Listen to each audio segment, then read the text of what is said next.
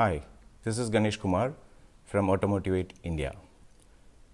In the last episode, we discussed marketing. Marketing is the backbone of a sales funnel.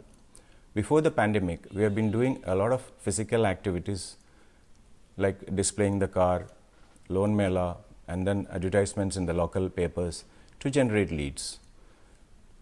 Now things have changed and it is time to change the focus because 21 touch points out of 28 are now done by the customer online. So the new mantra is be where the customer is.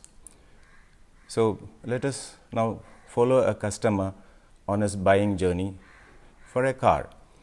It all starts with a thought in his mind. I need a car. And he starts searching. So if your search engine optimization is done properly, the lead lands on your landing page, and from the landing page to your funnel or the sales pipeline. The new mantra is be where the customer is.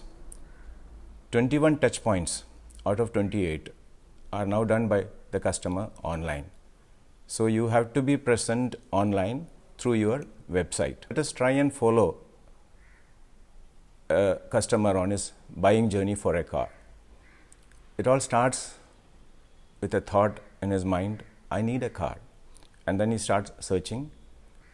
If your search engine optimization is done properly, the lead lands on your landing page of your website. And from there, the lead is transferred to your sales funnel or sales pipeline. The basic sales funnel has three elements: traffic, leads, and sales. But for us to nurture and lead and then take it till conversion, we need a little more elaborate funnel. So let's see what are the various elements in an elaborate funnel. So now once the customer has identified the cars, he starts looking for location of nearest showrooms to buy the car. So at this point, if you are able to post images of your showroom in the Google Images, it becomes easy for the customer to locate the showrooms. Then the customer starts looking at the budget. Does this car fit my pocket? This is what he thinks. So at this point, your EMI calculator will come to your rescue. The customer tries different payment options with your email calculator and then decides on the particular car which he can afford. Then comes the timeline. Timeline is an important thing to discuss the offer announced by the OEM and which keeps changing month after month. And then comes the reason. Reason is different from need. A reason can be a pressing issue or a pain by the customer, but it may not be recognized by the customer. By your questions and probing, and then through the insight, it might come out.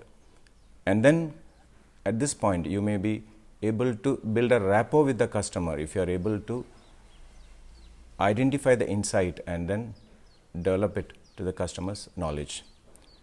So from there onwards, you will be able to read the buying signal or ready to buy indicators from the customer when the customer starts entering into a dialogue with you. And that final stage, what happens? The customer buys value, not by the price. And he would like to discuss with an expert who has got deep knowledge about the product. And then once everything is finalized, now the customer starts thinking about the deal. Am I getting a good deal? So this is the point where the customer starts entering into a negotiation with you. Negotiation is an art and science which we will discuss in detail in our next episode. Now I will sign off with a small story. In a city, there was a small bookshop which had on either side two large bookshops. The small shop was doing good business because of their attitude towards customers. So both the big shops on either side, they decided to compete with the small shop, keeping a huge banner outside declaring or announcing a big sale. So what did the small shop do? They just kept a small banner outside main entrance.